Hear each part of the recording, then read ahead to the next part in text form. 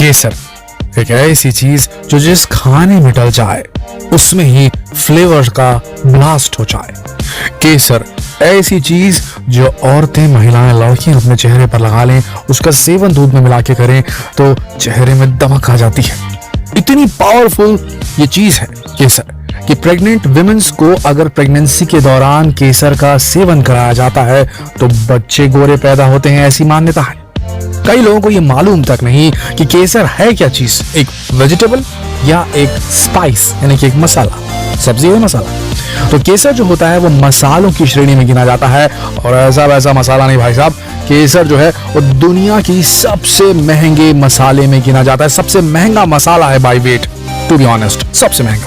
और जब महंगा होगा तो जो इसे उगाएगा उसकी तो बल्ले बल्ले हो ही जानी है, यानी कि काफी पैसा वो कमाते हैं। किसान खेतों में केसर नहीं सोना उगाते हैं, जो किसान केसर उगाते हैं कहा जाता है। दोस्तों, आज हम आपको एक ऐसी फसल के बारे में बताने जा रहे हैं जिसकी वजह से किसान साल के करोड़ों रुपए कमा रहे हैं। और आपको बता दें, भारत के किसानों को इससे सबसे ज्यादा मुनाफा होता है। जी हाँ, क्योंकि दुनिया के सिर्फ 4 देशों में केसर उगाई जाती है, ग्रीस, ईरान, मोरक्को और सबसे ज्यादा भारत के कश्मीर में। जी हाँ, हम बात करें केसर की खेती के बारे में, जिसे गोल्डन स्पाइस कहा जाता है। अगर आप भी खेती के बड़े शौकीन हैं और चाहते हैं यार खेती की जाए, कई लोग आजकल चेंज करें ना प्रोफेशन, इंजीनियरिंग कर लेते हैं, डॉक्टरी कर लेते हैं, उसके बाद फिर वो खेती की प्रोफेशन में आ जाते हैं। कहीं ना कहीं नेचर उनको अपनी तरफ खींच देते हैं, अपने पुराने गांव लौट जाते हैं, वहां ऐसा काम करने लगते हैं। ऑर्गेनिक फार्मिंग में कई लोग उतर चुके हैं, ये तो आपने सुना ही होगा, कई खबरों में देखा होगा, आसपास भी देखते होंगे। तो अगर ऐसे लोग ये वीडियो देख रहे हैं तो उनके लिए भी जबरदस्त वीडियो है कि केसर कितनी कमाई दे सकता है, ये हम बताने वाले हैं। और साथ ही उनके लिए भी जबरदस्त वीडियो है जो केसर के बारे में जानना चाहते हैं। दोस्तों, भारत में केसर को बहुत ही पवित्र वस्तु माना जाता है। भगवान के लिए प्रसाद बनाने में इसका उपयोग अवश्य होता है। इसके अलावा कई पकवानों में इसका उपयोग किया जाता है। ये एक आयुर्वेदिक औषधि भी मानी जाती है। कई बीमारियों के इलाज में इसका इस्तेमाल किया जाता है और खूबसूरती निखारने में तो इसका कोई जवाब ही नहीं।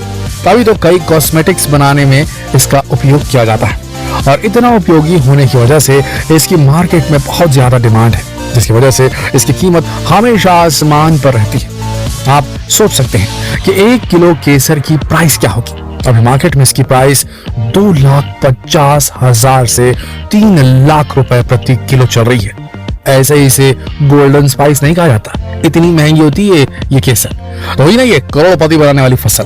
अब आप सोच रहे होंगे कि आखिर केसर की खेती कैसे की जाती है और इसके लिए किस तरह की जमीन उपयुक्त होती है, कैसी आबोहवा की जरूरत होती है, ये देखते हैं। तो देखिए, केसर की खेती समुद्र तल से कम 1500 से 2500 मीटर की ऊंचाई पर ही संभव है, यानी कि पहाड़ी इलाका समझ लो आप। इस खेती के लिए ठीक ठाक धूप की भी जरूरत होती है, इसीलिए कश्मीर केसर की खेती के लिए सबसे उपयुक्त स्थान माना गया है भारत में। लेकिन यहाँ भी केसर की खेती के लिए पर्याप्त जगह बहुत कम है। केसर की खेती के लिए मिट्टी रेतीली होनी चाहिए, चिकनी होनी चाहिए, बलुई या फिर दोमट होनी चाहिए। लेकिन केसर की खेती अन्य मिट्टी में भी आसानी से हो जाती है, पर पानी के जमाव की वजह से केसर के कॉर्म्स खराब हो जाते हैं और फसल बर्बाद हो जाती है। ये जो कॉर्म्स हम कह रहे हैं, ये वो केसर के जो फूल किस्म के होते हैं, इसके अंदर वो थ्रेड निकलता है, धागा निकलता है केसर का, जिस बाद में सुखाकर आप केसर की तरह इस्तेमाल करते हैं। तो ये कॉर्म्स जो होते हैं जल भराव की वजह से खराब हो सकते हैं। इसीलिए इस तरह की जमीन देखिए जहां पानी ना भरे, ये इस बात का ध्यान किसान जो केसर की खेती करते हैं वो देते हैं।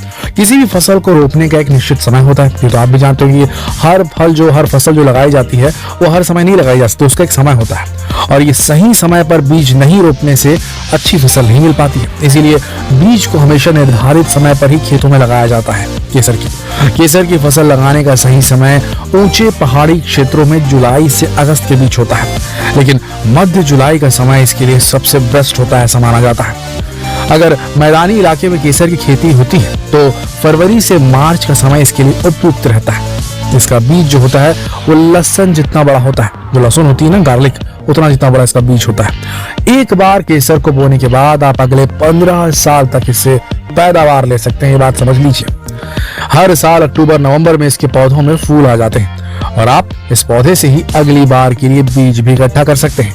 इसका सीधा सा मतलब है कि आपको बार बार बीज खरीदने और बुआई की जरूरत नहीं पड़ने वाली, अगर आप ट्राई करना चाहते हैं तो। बस हर साल में 2-3 बार गुड़ाई और निदाई करनी पड़ती है।